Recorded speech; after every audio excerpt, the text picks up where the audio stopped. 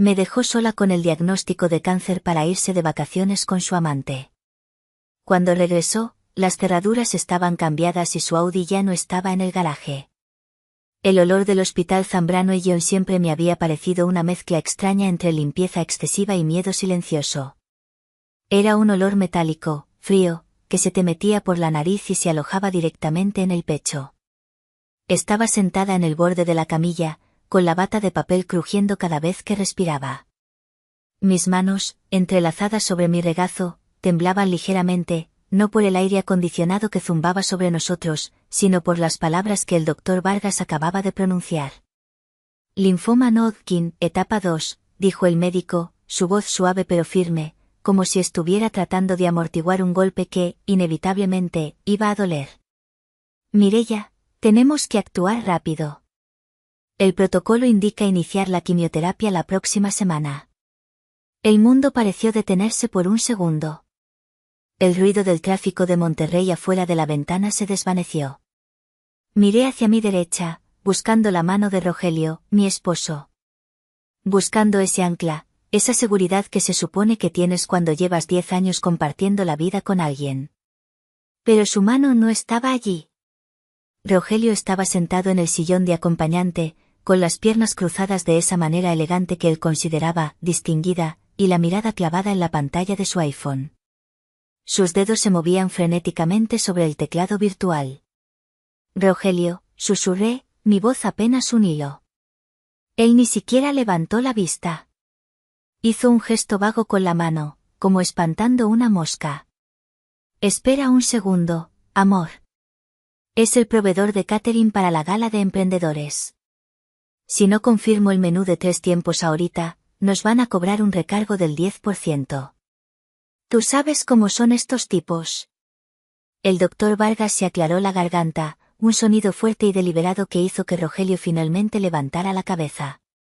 Sus ojos, de un marrón claro que alguna vez me parecieron el refugio más cálido del mundo, ahora me miraban con una mezcla de impaciencia y fastidio. ¿Qué pasó? ¿Ya terminamos? Preguntó Rogelio, guardando el teléfono en el bolsillo interior de su saco Armani. Doctor, sea breve, por favor. Tenemos una agenda muy apretada. Mireya tiene que supervisar el montaje del evento de la Cámara de Comercio mañana. Sentí una náusea repentina que no tenía nada que ver con el cáncer. Rogelio, tengo cáncer, dije, pronunciando la palabra como si fuera un objeto extraño y venenoso en mi boca. El doctor dice que necesito quimioterapia. No voy a poder ir a ningún montaje mañana. Rogelio parpadeó. Por un segundo, vi un destello de sorpresa, tal vez incluso de miedo. Pero fue tan fugaz que casi pensé que lo había imaginado. Inmediatamente, su expresión se endureció, transformándose en esa máscara de hombre de negocios pragmático que tanto le gustaba usar. Suspiró, un sonido largo y exasperado, y se pasó la mano por su cabello perfectamente peinado con gel. Vaya, eso es una mala noticia, claro, dijo, pero su tono era el que usaría alguien a quien le acaban de decir que su vuelo tiene un retraso de 2 horas. Pero, nena, ¿estás segura de que es tan grave? Digo, ¿te ves bien? Un poco pálida, quizás, pero nada que un poco de maquillaje no arregle. ¿De verdad es necesario cancelar todo? La gala es la próxima semana. Sabes que mi imagen depende de que tú estés ahí a mi lado. El doctor Vargas me miró, y en sus ojos vi algo que me dolió más que la indiferencia de mi esposo, lástima. Señor, intervino el médico, con un tono gélido, su esposa tiene una enfermedad potencialmente mortal.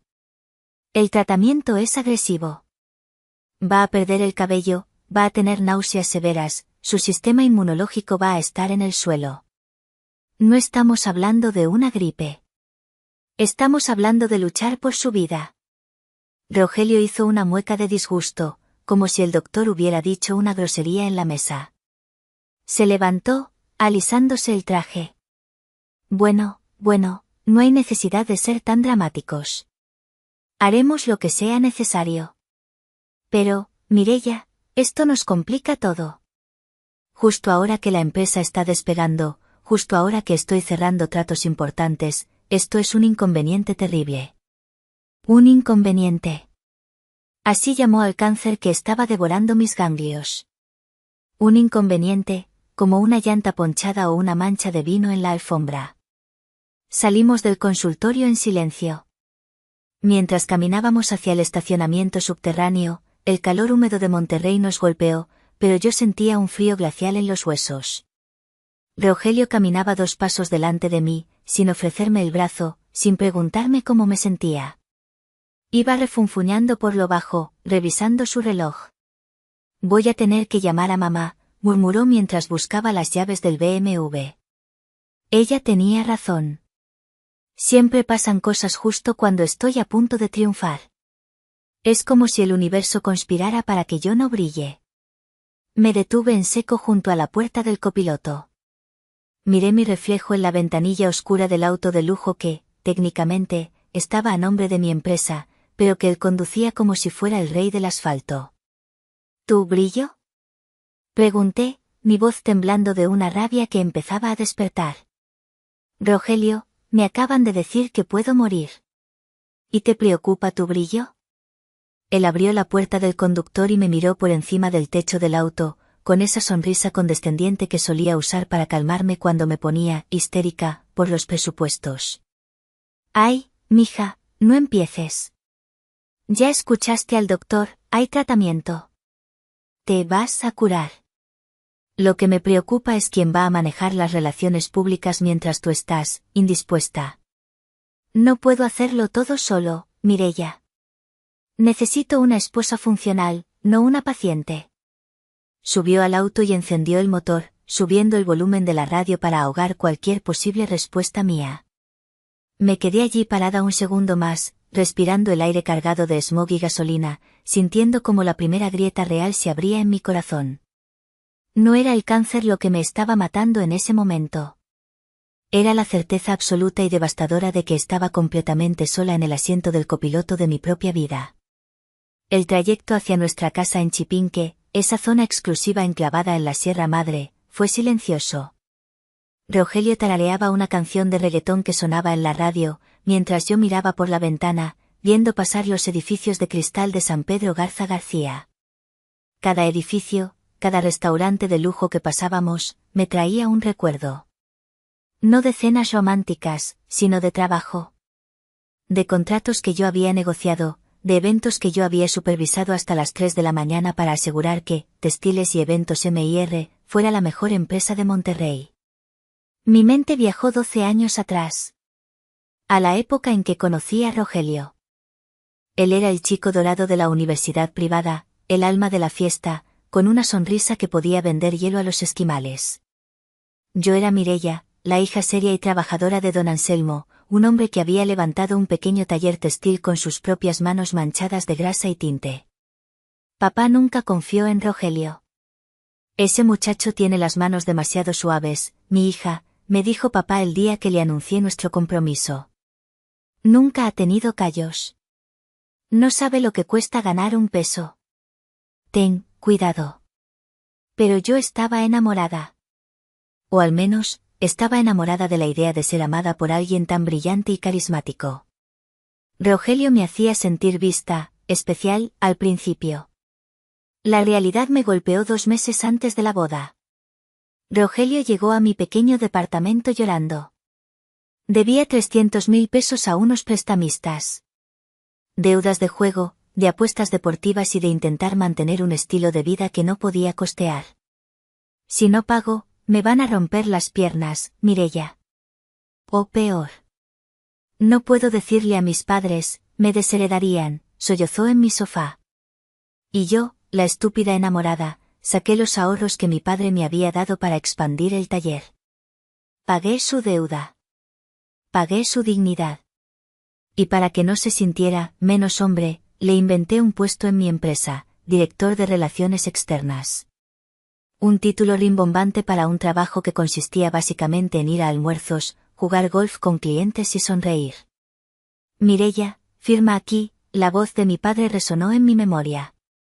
Fue una semana antes de morir, hace 5 años. Me obligó a actualizar las actas constitutivas de la empresa y a asegurar que mi matrimonio estuviera bajo el régimen de separación de bienes. No es por desconfianza, hija. Es por protección. Uno nunca sabe las vueltas que da la vida. En ese entonces me pareció una medida fría.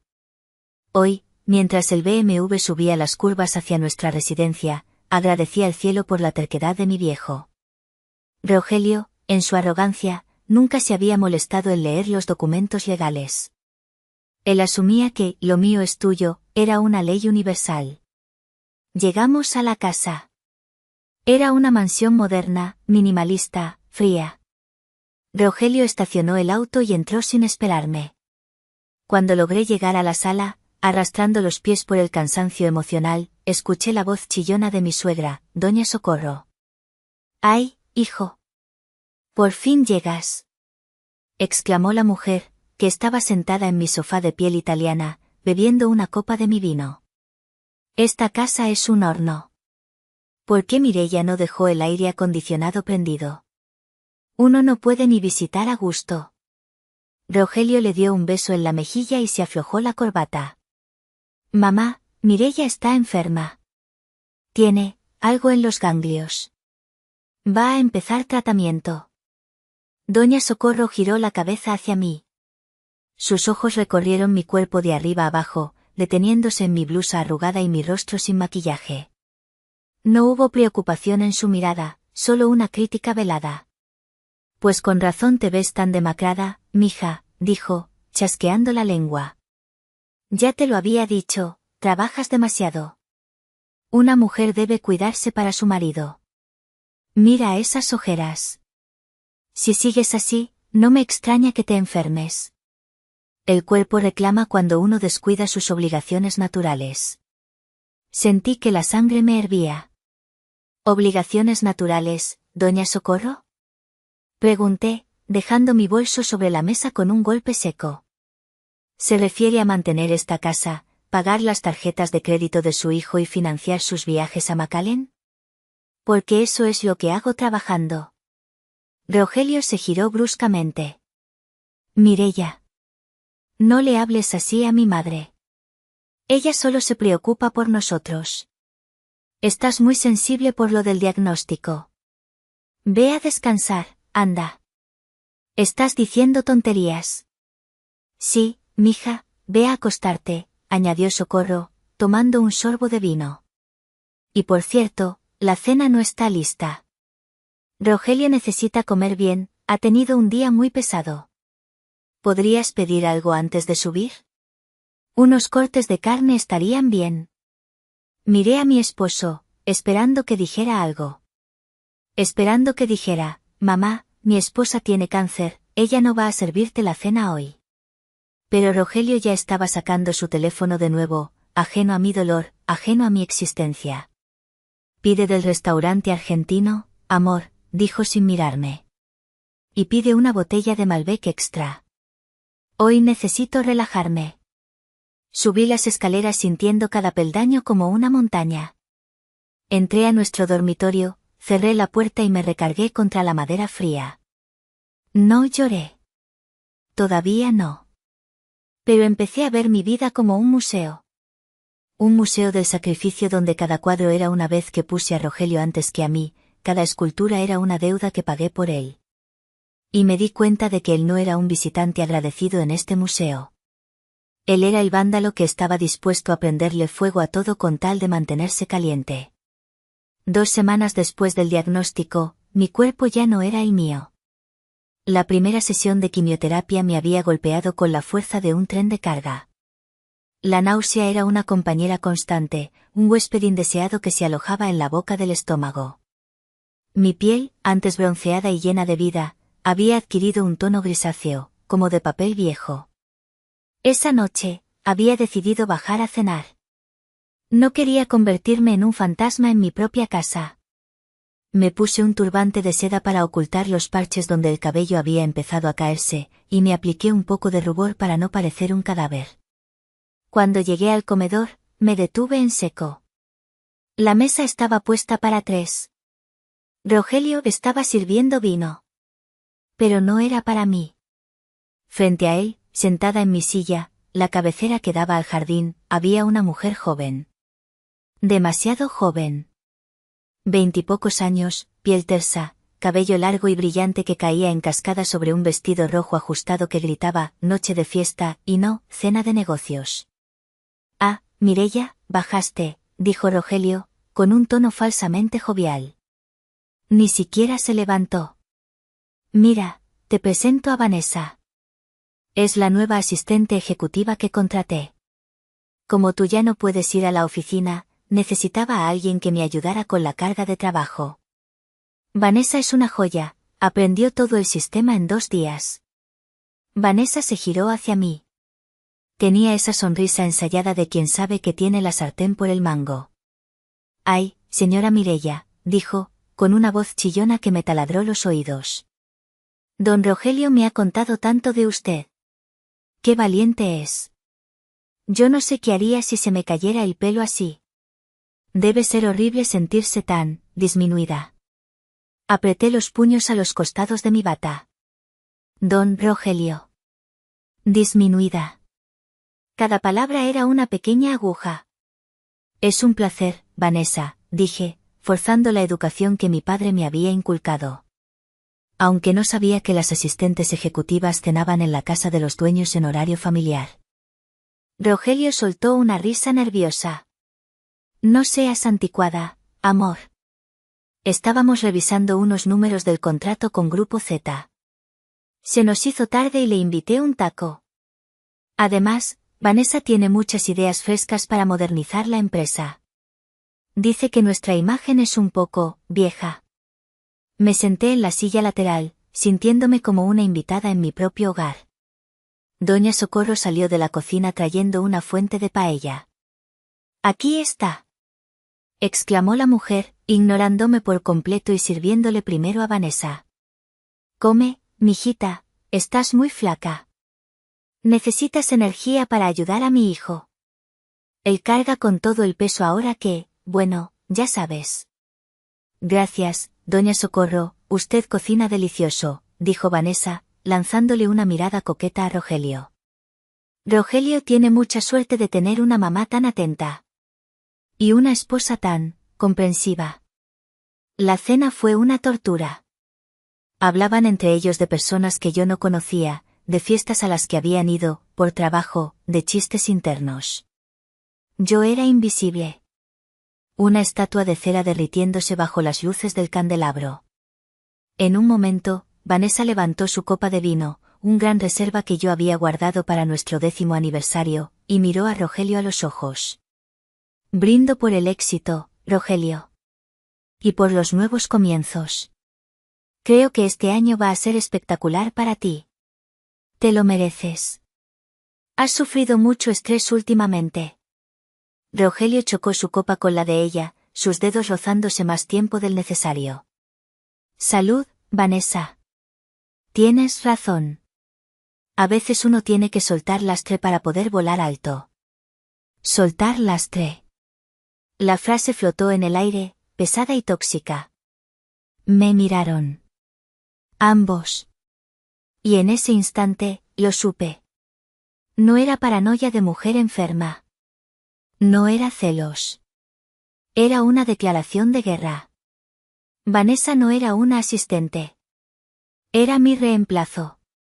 Y Rogelio no estaba buscando ayuda para el trabajo, estaba audicionando para su nueva vida, una vida donde yo no encajaba porque estaba rota, enferma y vieja. Me levanté de la mesa. Mis piernas temblaban, pero mantuve la cabeza alta. Se me quitó el hambre, dije.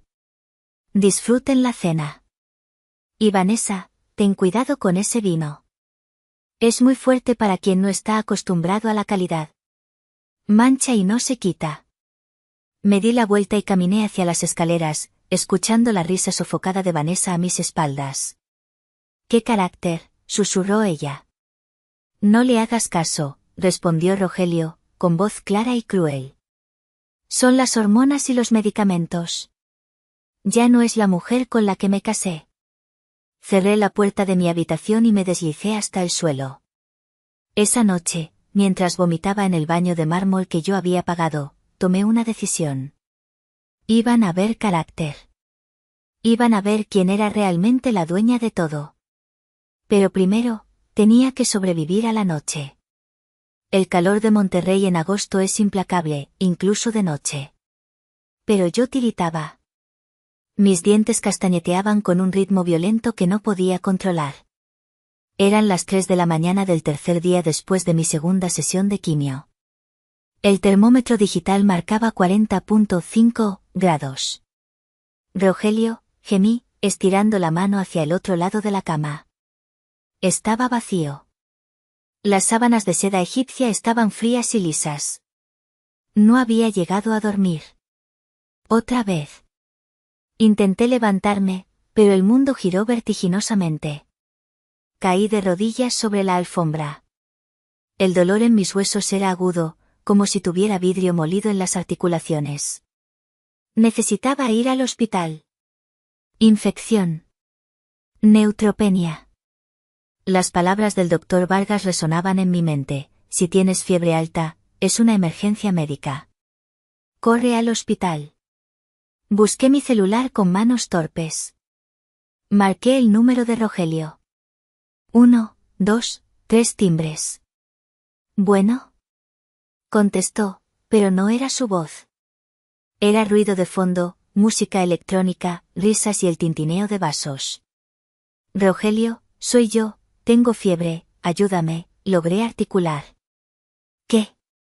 No te oigo, estoy en una reunión con inversores, gritó él sobre la música.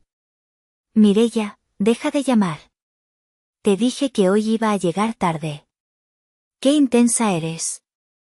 Rogelio, necesito ir al hospital. Grité, reuniendo todas mis fuerzas. Hubo un silencio al otro lado. Luego, un suspiro de fastidio que pude escuchar claramente a pesar del ruido. ¡Ay, por Dios! Siempre es algo. Mira, pide un Uber. Yo no puedo salir ahorita, estoy cerrando un trato. No seas dramática. Hablamos mañana. La llamada se cortó. Me quedé mirando la pantalla negra del teléfono, incrédula. Pide un Uber. Mi esposo, el hombre por el que había dado todo, me mandaba a pedir un taxi mientras yo me consumía en fiebre, probablemente muriendo de una infección oportunista. Con lágrimas de rabia y desesperación, llamé al servicio de emergencias. Los paramédicos tuvieron que romper la cerradura de la entrada porque yo no tenía fuerzas para bajar a abrir. Desperté al mediodía siguiente en una habitación privada del hospital. El suero goteaba lentamente en mi vena. Me sentía débil, vacía, pero la fiebre había bajado. La puerta se abrió y entró Rogelio. No traía cara de culpa. Traía gafas de sol oscuras y vestía una camisa de lino blanca y pantalones beige, como si fuera a un club de playa. Y, de hecho, traía 2 maletas Louis Vuitton rodando detrás de él. Vaya susto nos diste, mujer, dijo, quitándose las gafas. Sus ojos estaban inyectados en sangre, probablemente por la resaca, no por el llanto. El doctor dice que ya estás estable. ¡Qué bueno! Se acercó a la cama, pero no me tocó. Mantuvo una distancia de seguridad, como si el cáncer fuera contagioso. Mireya, tenemos que hablar, dijo, y su tono era el de quien va a despedir a un empleado incompetente. Esto no está funcionando. Lo miré fijamente. ¿De qué hablas? De nosotros. De esto, señaló la habitación del hospital, el suero, mi palidez. Anoche, cuando llamaste, me di cuenta de algo. No puedo vivir así. Soy un hombre joven, vital. Tengo necesidades, tengo ambiciones. Y tú te has convertido en un ancla. Sacó un sobre blanco del bolsillo y lo tiró sobre la mesita de noche. Ahí hay 10.000 pesos en efectivo. Es para que pagues enfermeras o lo que necesites estas semanas. ¿Semanas? Pregunté, mi voz sonando extrañamente tranquila. Me voy a Tulum. Tengo un retiro de negocios. 2 semanas. Necesito despejarme, pensar en el futuro. Y creo que cuando regrese, lo mejor será formalizar la separación.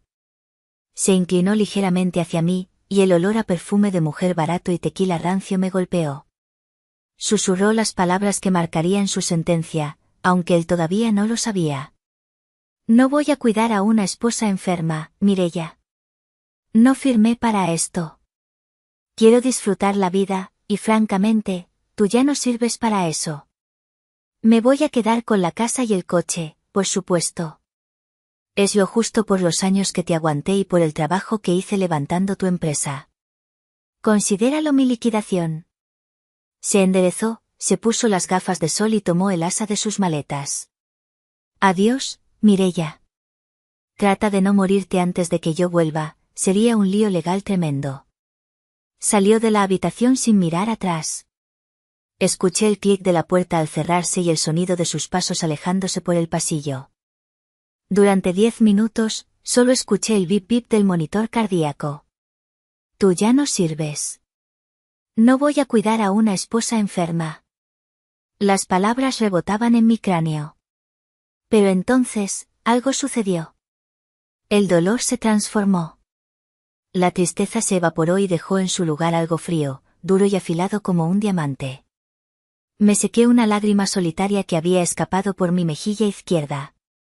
Tienes razón, Rogelio, susurré a la habitación vacía. Sería un lío legal tremendo. Pero no tienes idea de quién es el dueño del lío. Alcancé el teléfono. No marqué a mi madre. No marqué a una amiga para llorar. Marqué el número que Rogelio nunca se había molestado en aprender. ¿Licenciado Bernal? Soy Mireya. Necesito que venga al hospital ahora mismo. Traiga todos los papeles de Textiles y Eventos MIR. Y traiga un notario. Vamos a hacer una venta de garaje. El licenciado Marcelo Bernal llegó 40 minutos después. Marcelo había sido mi compañero en la Facultad de Administración antes de cambiarse a Leyes. Era un hombre bajo, calvo y meticuloso, el tipo de persona que lee la letra chiquita de los contratos de software. Era mi mejor aliado y el único que conocía la verdadera estructura de mi imperio. Entró a la habitación con su maletín de cuero desgastado, luciendo preocupado. Mireya, por Dios, ¿te ves? Ahórratelo, Marcelo, lo corté, sentándome en la cama con la ayuda del control remoto. No tengo tiempo para compasión. Tengo 14 días. Rogelio se fue a Tulum con su amante. Marcelo se detuvo en seco, con la mano en el pomo de la puerta. Su expresión pasó de preocupación a una furia profesional. ¿Te abandonó aquí? ¿En este estado? Peor. Me dijo que se quedaría con la casa y el coche. Y que yo, ya no servía. Marcelo soltó una risa seca, sin humor, mientras abría su maletín sobre la mesa de comer. Ese imbécil siempre ha sido malo con los números, pero no sabía que también era suicida. Vamos a revisar el estado actual. Sacó 3 carpetas gruesas. Bien, repasemos. La empresa, Textiles y Eventos MIR. Rogelio se jacta de ser el director general. ¿Qué dicen los papeles? Yo poseo el 98% de las acciones, dije de memoria. El 2% restante está a nombre de mi padre, que en paz descanse, y ahora es parte de mi herencia personal. Rogelio tiene un contrato laboral por honorarios asimilados a salarios. Un contrato muy generoso, por cierto. Exacto, dijo Marcelo, ajustándose los lentes. Tiene poder para firmar cheques hasta por 50.000 pesos para gastos operativos. Nada más. No puede vender activos, no puede hipotecar, no puede transferir propiedad. ¿Y la casa de Chipinque? Pregunté, aunque sabía la respuesta. Necesitaba oírla. Comprada 2 años antes del matrimonio. Escriturada a tu nombre bajo el régimen de soltería. Pagada con los dividendos de la primera expansión de la fábrica. En el acta de matrimonio, están bajo el régimen de separación de bienes absoluta. Perfecto, dije, sintiendo como la adrenalina empezaba a sustituir a la quimioterapia en mis venas. Marcelo, quiero ejecutar la opción nuclear. Marcelo levantó una ceja. ¿Estás segura? Eso significa destruir lo que construiste durante 15 años. No, Marcelo. Significa liquidar una inversión que salió mal. He recibido ofertas de Grupo Z durante años. Quieren mi cartera de clientes y mis licencias de operación. Ofrecieron 45 millones de pesos la última vez, recordó Marcelo. Llámalos. Diles que acepto 50 millones. Pero con condiciones, la venta se cierra en 10 días. Pago de contado. Y una cláusula especial, la nueva administración debe hacer una reestructuración total del personal directivo inmediatamente. Marcelo sonrió. Una sonrisa depredadora. Eso significa despido inmediato para el director de Relaciones Externas. Sin liquidación, si podemos probar causa justificada. ¿Causa justificada? Saqué mi celular y abrí la aplicación del banco. Mira esto. 3 cargos en las últimas 6 horas. Resort Azulik Tulum. Joyería Diamonds Cancún. VIP Club Tulum. Todo con la tarjeta corporativa de la empresa. Abuso de confianza y malversación de fondos, sentenció Marcelo. Es suficiente para despido fulminante y demanda penal si quisieras. Quiero todo, Marcelo. Quiero que cuando él regrese, no tenga trabajo, no tenga casa, no tenga coche. Quiero borrarlo. ¿Y la casa? Preguntó él. Ponla a nombre de un fideicomiso ciego. Y luego, véndela. O réntala. No me importa. Solo quiero que las cerraduras cambien.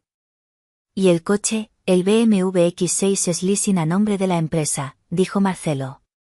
Podemos cancelarlo anticipadamente o transferirlo. Véndelo. Que lo recojan del estacionamiento del aeropuerto hoy mismo. Que se regrese en autobús. Marcelo comenzó a tomar notas furiosamente. Mireia, esto es brutal. Me encanta. Pero tú vas a estar bien? ¿El estrés? Me recosté en la almohada, sintiendo un agotamiento físico profundo, pero mi mente estaba más clara que nunca. El estrés de vivir con un parásito que desea mi muerte es peor, Marcelo. Hazlo. Tienes mi poder notarial amplio. Destrúyelo. Cuando Marcelo salió de la habitación, cerré los ojos. Imaginé a Rogelio en la playa, pidiendo otra margarita, riéndose con Vanessa, pensando que era el rey del mundo. No sabía que acababa de firmar su propia sentencia de muerte social y financiera. La cuenta regresiva había comenzado. Los siguientes 10 días fueron un torbellino borroso, una mezcla de náuseas por la quimioterapia y la euforia fría de la venganza. Me dieron el alta temporal del hospital y me instalé en una suite del Hotel Quinta Real, lejos de la casa. No quería ver a Rogelio ni a sus fantasmas. Desde mi cuartel general, dirigí la operación limpieza. Marcelo era una máquina. En 3 días, tenía a los abogados de Grupo Z sentados en una mesa. La venta de la empresa fue rápida. Sabían que mi negocio era una mina de oro y no regatearon cuando vieron los libros contables impecables. 50 millones de pesos. Transferidos a una cuenta en las Islas Caimán y otra parte a un banco en Suiza, lejos de las garras de cualquier posible demanda de divorcio que Rogelio intentara inventar. El día 8, envié a los de la mudanza a la casa de Chipinque. Señora, ¿qué hacemos con la ropa de caballero? Me preguntó el jefe de mudanzas por videollamada. Me mostró el vestidor de Rogelio, trajes italianos, zapatos de diseñador, relojes.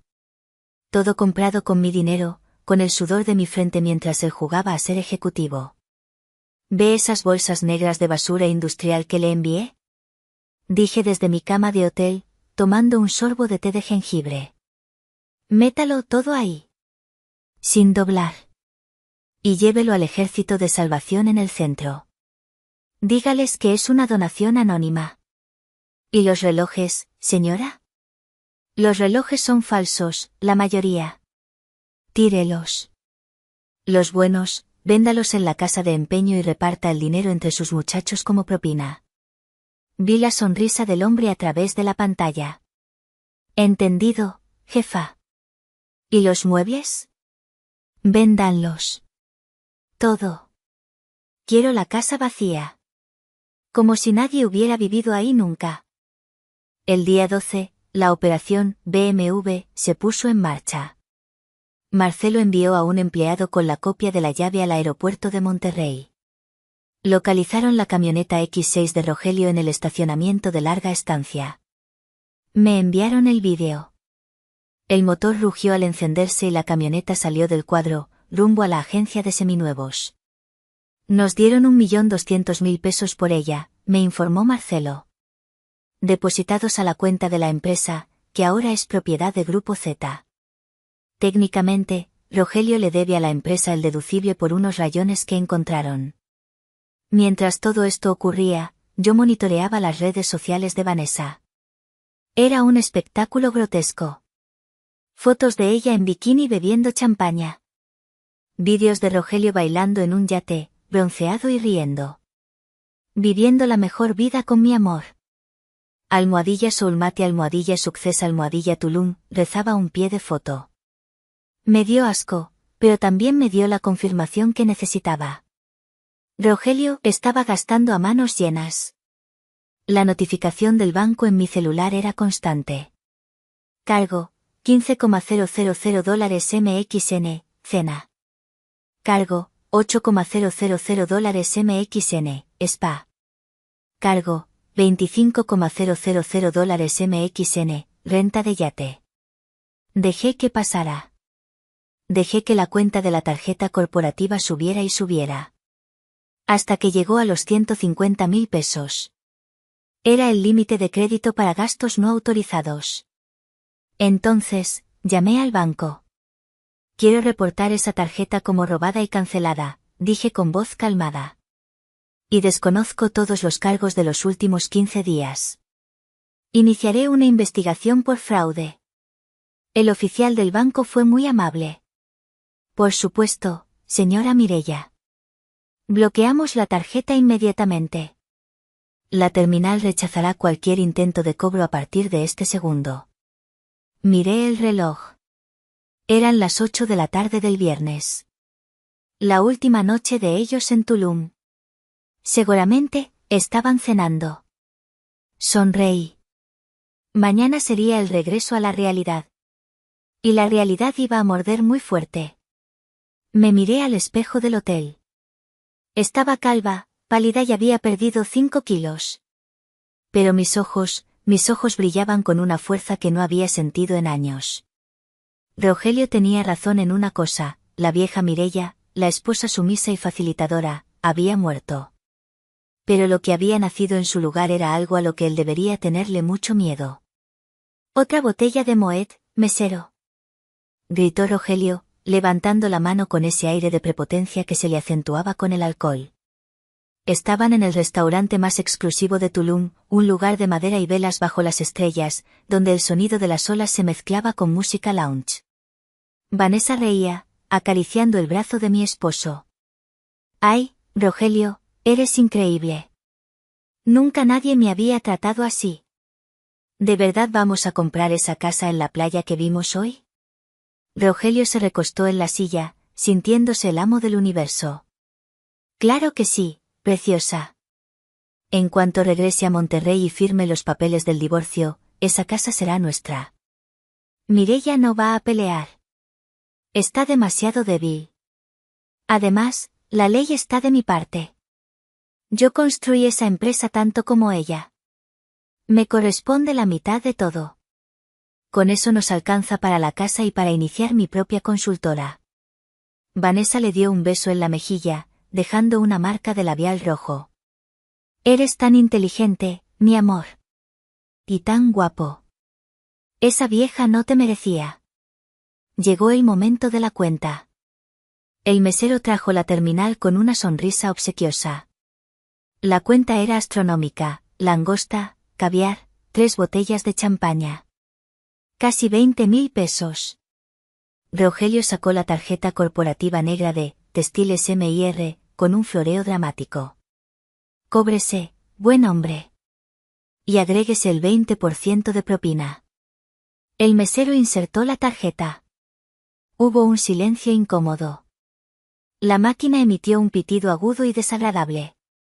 Disculpe, señor. La tarjeta fue declinada. Rogelio frunció el ceño. Imposible. Pásala otra vez. Seguramente es su internet tercermundista. El mesero lo intentó de nuevo. Otro pitido. Declinada, señor. Dice, contactar al emisor, tarjeta bloqueada. Vanessa dejó de sonreír. Rogelio, ¿qué pasa? ¡Qué vergüenza! Todos nos están mirando. Rogelio empezó a sudar frío. Su bronceado perfecto pareció tornarse gris. Debe ser un error del banco. Mireia seguramente olvidó pagar el saldo. Estúpida incompetente. A ver, prueba con esta. Sacó su tarjeta personal. Declinada. Yo había dejado de pagar esa tarjeta hacía 2 semanas. Sacó la de débito. Saldo insuficiente. El gerente del restaurante se acercó, cruzado de brazos, flanqueado por 2 guardias de seguridad grandes como armarios. Señor, ¿tenemos un problema con el pago? ¿Saben quién soy yo? Gritó Rogelio, intentando usar la indignación como escudo. Soy el director general de Textiles M&R. Puedo comprar este antro si quiero. Lo que tiene que hacer es pagar la cena, señor, dijo el gerente, impasible. O tendremos que llamar a la policía turística. Al final, Vanessa tuvo que pagar. Sacó su pequeña tarjeta de nómina, roja de la ira y la vergüenza, y pagó la cuenta. Se acabaron los ahorros de sus 3 meses de trabajo. Me lo vas a pagar en cuanto lleguemos a Monterrey, Rogelio, siseó ella mientras salían del lugar bajo la mirada burlona de los otros comensales. Claro, mi amor, claro. Es solo un error administrativo. Mañana despido al contador. Te lo prometo, te voy a comprar un coche nuevo para compensarte. Rogelio no durmió esa noche. Revisaba su banca en línea, pero el acceso estaba bloqueado. Usuario no existente. Intentó llamar a la oficina, pero nadie contestaba, era sábado en la noche. Una sensación de inquietud empezó a crecer en su estómago, pero su ego era tan grande que no le permitía ver la realidad. Se convenció a sí mismo de que era un error del sistema. Cuando llegue a casa, todo se arreglará, pensó. Mireia me va a escuchar. El vuelo de regreso fue tenso. Vanessa no le dirigió la palabra en todo el viaje. Aterrizaron en el Aeropuerto Internacional de Monterrey bajo un calor sofocante, de 40 grados. Rogelio caminó con paso firme hacia el estacionamiento de larga estancia, arrastrando sus maletas Louis Vuitton, tratando de recuperar su dignidad. Ya verás, Vanessa. Nos subimos a la 16, ponemos el aire acondicionado a tope y nos vamos a cenar a San Pedro. Se te va a olvidar el mal rato. Llegaron a la fila J14, donde él había dejado la camioneta. Estaba vacía. Rogelio parpadeó. Miró el boleto de estacionamiento en su mano. J14. ¿Dónde está el coche, Rogelio? Preguntó Vanessa, cruzándose de brazos, el sudor corriendo por su frente. Aquí lo dejé. Me lo robaron. Maldita inseguridad de este país. Corrió a la caseta de vigilancia, gritando. El guardia revisó la bitácora con calma. BMW X6 blanca, placas RTY, 909. Salió hace una semana, señor. El conductor presentó el boleto y las llaves originales. Pagó el estacionamiento y se la llevó. ¿Quién? Bramó Rogelio. Un tal. Marcelo Bernal. Dejó copia de su identificación y una carta poder de la empresa propietaria. Todo legal. Rogelio sintió que el suelo se movía. ¿Marcelo? ¿El abogaducho amigo de Mireia? Ese ladrón. Se robó mi coche. Vanessa, pide un Uber. Vamos a la casa. Voy a matar a Mireia. Seguro ella planeó esto para molestarme. Es una venganza infantil. El viaje en Uber, un Nissan Versa pequeño y sin aire acondicionado, hasta Chipinque fue un infierno silencioso. Rogelio iba marcando el número de Mireia una y otra vez. El número que usted marcó ha sido desconectado o no se encuentra en servicio. Maldita sea. Golpeó el asiento delantero, asustando al chofer. Finalmente, el Uber se detuvo frente a la imponente fachada de nuestra casa. O la que solía ser nuestra casa. Rogelio bajó, rojo de ira, y marchó hacia la puerta principal.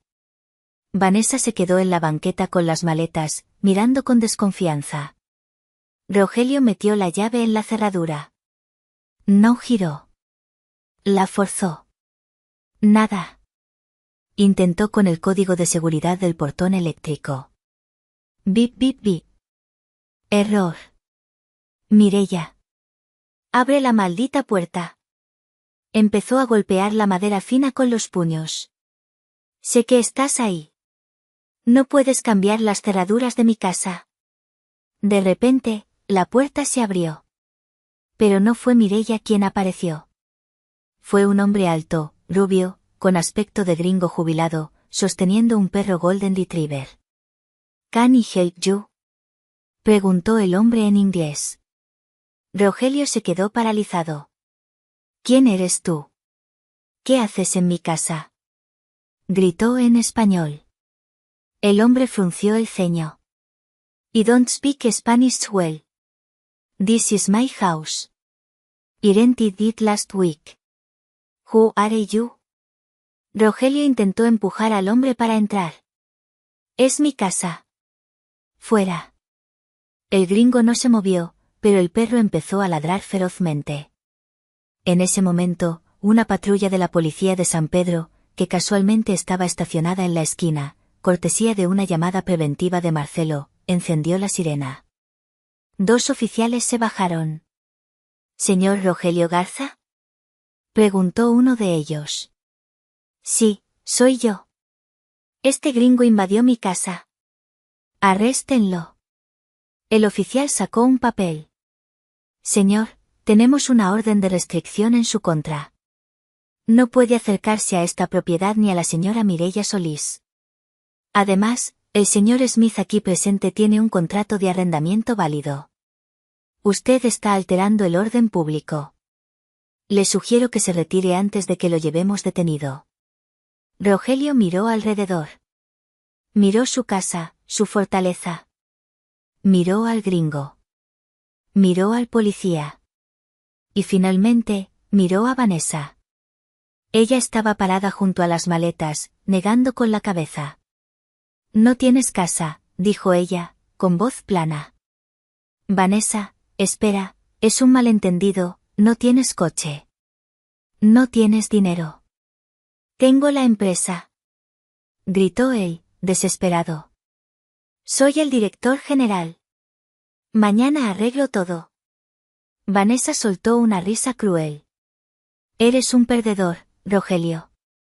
Pide tu propio Uber. Yo me voy a casa de mi hermana. Ella detuvo un taxi que pasaba, subió sus maletas y lo dejó ahí, parado en la banqueta, sudando, con 10.000 pesos de deuda en la tarjeta, sin llaves y sin dignidad. A las 9 de la mañana del lunes, Rogelio irrumpió en las oficinas de Textiles M&R. Iba con el mismo traje arrugado del viaje, sin afeitar, con los ojos desorbitados.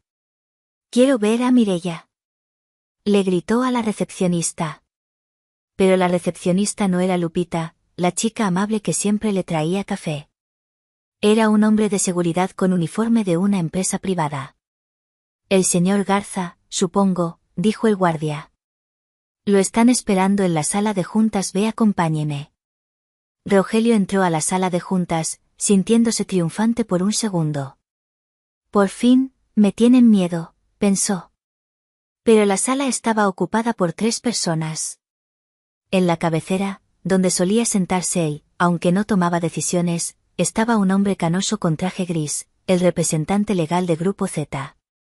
A su lado, el licenciado Marcelo Bernal. Y en una pantalla grande, vía Zoom, estaba yo. No se veía el fondo de donde estaba, solo mi rostro. Llevaba una peluca castaña estilo bob muy elegante, maquillaje impecable y unos aretes de perlas. Me veía fuerte. Me veía intocable. Mireia. Gritó Rogelio, señalando la pantalla. Maldita loca. ¿Qué has hecho? Te voy a demandar por despojo. Te voy a quitar hasta el último centavo. Siéntese, señor Garza, dijo Marcelo con calma. Y guarde silencio. Rogelio intentó protestar, pero algo en la mirada fría de los hombres en la sala lo hizo obedecer. Se desplomó en una silla. Mireia, amor, cambió de táctica, su voz temblando. ¿Por qué me haces esto? Yo te amo. Lo de Tulum fue un error. Estaba confundido por tu enfermedad. Cállate, Rogelio, dije desde la pantalla. Mi voz sonaba amplificada, divina. Vamos a los hechos. Marcelo deslizó una carpeta hacia él. Punto 1. La empresa, Textiles MIR, ha sido vendida en su totalidad a Grupo Z. La transacción se completó el viernes pasado. No puedes vender sin mi permiso. Saltó Rogelio. Puedo, y lo hice. Tú no eras socio. Eras empleado. ¿Era? Punto 2. Continuó Marcelo. Aquí está tu carta de despido. Causa: abuso de confianza, malversación de fondos y abandono de puesto de trabajo. Tenemos los registros de tus gastos en Tulum con la tarjeta corporativa. 150.000 pesos. Eso se descontará de tu liquidación, que por cierto, es cero debido a la gravedad de las faltas. De hecho, nos debes dinero. Rogelio palideció. Punto 3. Intervino el abogado de Grupo Z. Como nuevos dueños, no requerimos sus servicios. Tiene una hora para sacar sus efectos personales de la oficina. Si intenta llevarse información confidencial o lista de clientes, lo demandaremos penalmente. Rogelio miraba los papeles como si estuvieran escritos en chino. Pero, la casa, estamos casados, bienes mancomunados, separación de bienes, Rogelio, dije yo, disfrutando cada sílaba.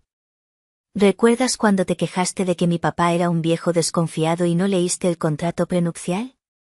Bueno, gracias a ese viejo desconfiado, la casa es mía. El coche era de la empresa. Las cuentas de ahorro son mías. Rogelio se llevó las manos a la cabeza. Me estás dejando en la calle, a mí, a tu esposo. Mireia, estoy en la quiebra. Le debo al banco, le debo a Vanessa, no tengo dónde vivir. Puedes irte con tu mamá, sugerí con una sonrisa gélida. Ella siempre dijo que yo no te cuidaba bien. Ahora tiene la oportunidad de hacerlo ella misma. Rogelio miró a la pantalla, con lágrimas reales esta vez. Lágrimas de miedo. Mireia, tengo 40 años. No puedo empezar de cero. ¿Qué voy a hacer? Me acerqué a la cámara, de modo que mi rostro llenó la pantalla en la sala de juntas. Eso debiste pensarlo antes de decir que no ibas a cuidar a una esposa enferma. Dijiste que querías disfrutar la vida, Rogelio. Ahora eres libre. Sin esposa enferma, sin trabajo aburrido, sin responsabilidades. Disfruta tu libertad. Hice una señal y Marcelo cerró la laptop. La pantalla se fue a negro. Rogelio se quedó solo en la sala de juntas, rodeado de extraños, dándose cuenta de que el imperio que creía gobernar nunca fue suyo. Solo era un invitado que se comportó mal y fue expulsado de la fiesta. La caída de Rogelio fue rápida y pública, como un edificio mal cimentado derrumbándose tras un terremoto. Salió del edificio de oficinas con una caja de cartón que contenía una grapadora, una foto enmarcada de sí mismo jugando golf y una taza que decía, World's Best Boss, que él mismo se había comprado. Intentó llamar a Vanessa de nuevo. Esta vez, ella contestó. ¿Qué quieres? Su voz era seca, cortante. Vanessa, mi amor, escúchame. Esto es un contratiempo temporal. Voy a demandar. Voy a recuperar todo. Solo necesito que me prestes un poco de dinero para un abogado y un hotel. Te lo pagaré con intereses. Se escuchó una risa cruel al otro lado. ¿Prestarte dinero? Rogelio, ¿eres estúpido? Estaba contigo porque eras el CEO de una empresa millonaria. Ahora eres un desempleado de 40 años con deudas y que vive de arrimado. Ya bloqueé tu número. Y le conté a todos en el grupo de WhatsApp de la oficina lo que pasó. Nadie te va a contratar. Bye. La línea murió. Rogelio se sentó en la banqueta, bajo el sol abrasador, y lloró. No por mí, no por nuestro matrimonio, sino por él mismo.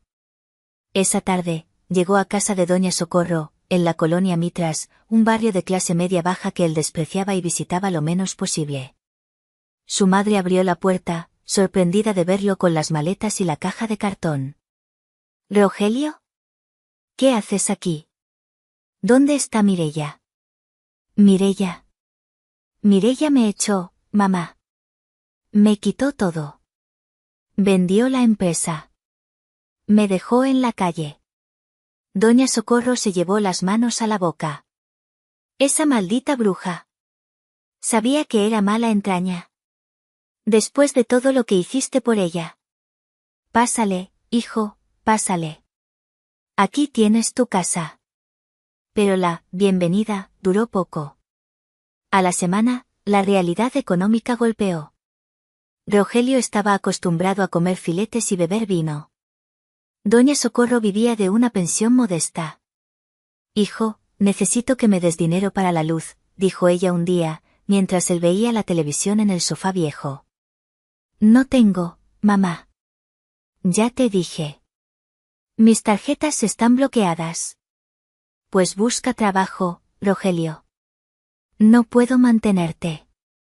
Eres un hombre hecho y derecho. Soy un directivo, mamá. No puedo trabajar de cualquier cosa. Pero tuvo que hacerlo. Rogelio envió su currículum a todas las empresas de Monterrey. Nadie lo llamó. El rumor se había esparcido, Rogelio Garza era un fraude, un malversador y, peor aún en el círculo empresarial regio donde la lealtad es clave, un hombre que abandonó a su mujer con cáncer. Estaba en la lista negra. 3 meses después, lo vi. No en persona, sino en una foto que me envió Marcelo. Rogelio estaba trabajando como gerente de turno nocturno en una tienda de conveniencia Oxxo. Llevaba el uniforme rojo y amarillo, se veía cansado, más gordo y con el cabello ralo. Estaba cobrando unos refrescos a unos adolescentes. La ironía era poética. El hombre que se sentía demasiado bueno para cuidar a su esposa, ahora tenía que servir a extraños por el salario mínimo para pagar las deudas de su vida de lujo. Mientras Rogelio se hundía, yo ascendía. 6 meses después de la opción nuclear, terminé mi tratamiento. Los doctores declararon remisión completa. Mi cabello empezó a crecer de nuevo, primero como una pelusa suave, luego en rizos fuertes y oscuros. Me mudé a Puerto Vallarta. Compré un ático con vista al Pacífico, lejos del smog y los recuerdos de Monterrey. Con el dinero de la venta y mis inversiones inteligentes, no necesitaba trabajar nunca más si no quería. Pero yo no soy mujer de quedarse quieta. Empecé una pequeña fundación para apoyar a mujeres empresarias que enfrentan enfermedades graves, brindándoles asesoría legal para proteger sus patrimonios. Quería asegurarme de que a ninguna otra mujer le pasara lo que a mí. Que ninguna otra pagara las deudas de un hombre ingrato con su propia vida. Mis días ahora son tranquilos. Yoga al amanecer, caminatas por la playa, lectura. Aprendí a pintar. Mi vida ya no es una carrera frenética por complacer a otros. Ya no tengo que mantener una imagen perfecta para la sociedad de San Pedro. Soy solo Mireia. Y por primera vez en mi vida, eso es suficiente. A veces pienso en la vieja Mireia, la que lloraba en el baño para que su marido no se molestara. Me da pena, pero también le agradezco. Ella fue la que tuvo la fuerza para apretar el botón nuclear cuando fue necesario. Era la víspera de Navidad. Estaba sentada en mi terraza, con una copa de vino blanco en la mano, escuchando las olas romper contra las rocas. Mi teléfono vibró. Era un correo electrónico. El remitente, Rogelio Garza. Dudé un segundo. ¿Debía abrirlo? La curiosidad, ese viejo defecto, ganó. El correo decía: Mireia, feliz Navidad. Sé que me odias. He tenido mucho tiempo para pensar. Estoy viviendo un infierno. Mamá me corre de la casa si no pago la renta. Vanessa ni siquiera me saluda si me ve en la calle. Te extraño. Extraño nuestra vida. Sé que fui un idiota, pero estaba asustado. Por favor, ¿podemos hablar? Aunque sea, dame una oportunidad de explicarte. Todavía te amo. Tu esposo, Rogelio. Leí las palabras y esperé sentir algo. Ira, tristeza, nostalgia. Pero no sentí nada. Solo una ligera incredulidad de que alguien pudiera ser tan patético. Estaba asustado, decía. Yo tenía cáncer y él estaba asustado de que se le acabara el dinero. No le contesté. No valía la pena gastar ni un segundo más de mi energía en él. Seleccioné el mensaje y pulsé eliminar permanentemente. Luego, bloqueé la dirección de correo. Levanté mi copa hacia la luna llena sobre el océano. Salud, Rogelio, dije en voz alta, mi voz firme y clara, mezclándose con la brisa del mar. Gracias por enseñarme que puedo sobrevivir a cualquier cosa. Incluso a ti. Especialmente a ti. Bebí el vino, sintiendo su frescura en mi garganta. Estaba viva. Era libre. Y tenía todo el futuro por delante, un futuro que era 100% mío. ¿Qué opinan de la decisión de Mireia? ¿Hizo bien en dejarlo sin nada o creen que fue demasiado dura? Déjenmelo saber en los comentarios. Y si alguna vez alguien les dice que no sirven, recuerden mi historia y demuéstrenles quién es el verdadero dueño del juego.